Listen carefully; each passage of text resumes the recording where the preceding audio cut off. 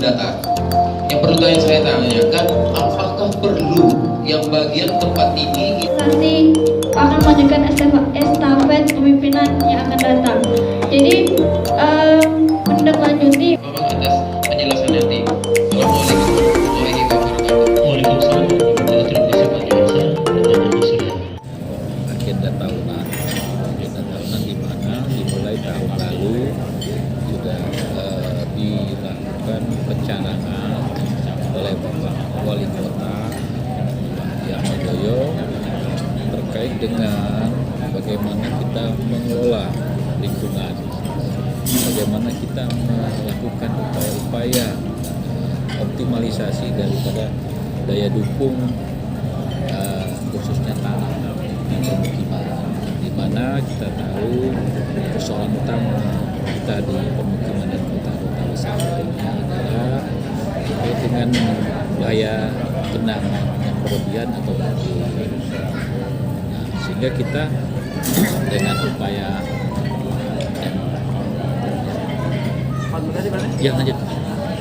dengan upaya-upaya yang kita lakukan hari ini, kita mencoba artinya mengingatkan, mencoba meningkatkan kepedulian masyarakat dan seluruh elemen-elemen yang ada di masyarakat dengan melakukan upaya-upaya pengendalian dan pengelolaan ini dengan teknologi biopori. Saat ini Dinas PRKP Kota Palembang telah melaksanakan kegiatan ini sejak 1 tahun yang lalu dan telah terbangun lebih kurang 2.500 titik biopori. Namun tentu masih sangat jauh dari harapan karena target ataupun pencanangan yang telah dilakukan Bapak Wali Kota itu adalah 1 juta biopori.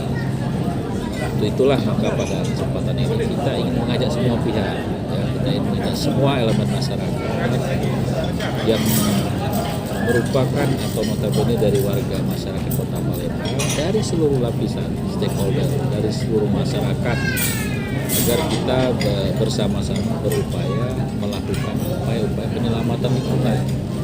Apa saya katakan penyelamatan lingkungan? Bahwa memang hal ini sangat penting dilakukan. Apabila kita tidak peduli dengan lingkungan kita, yang akan terjadi yang kita bisa rasakan sendiri, genangan di mana-mana, dan air tidak terkendali. Salah satu upaya kita mengendalikan air ini, selain daripada kita melakukan upaya-upaya aliran, kita juga melakukan upaya-upaya serapan. Saat ini yang kita lakukan adalah upaya-upaya serapan, di mana dengan teknologi biopori ini kita melakukan semacam penyimpanan atau pengoptimalan air-air tanah.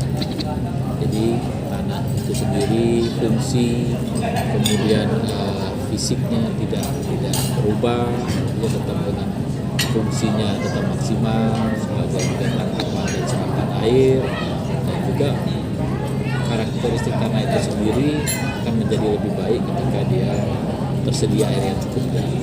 Barangkali itu filosofi kegiatan.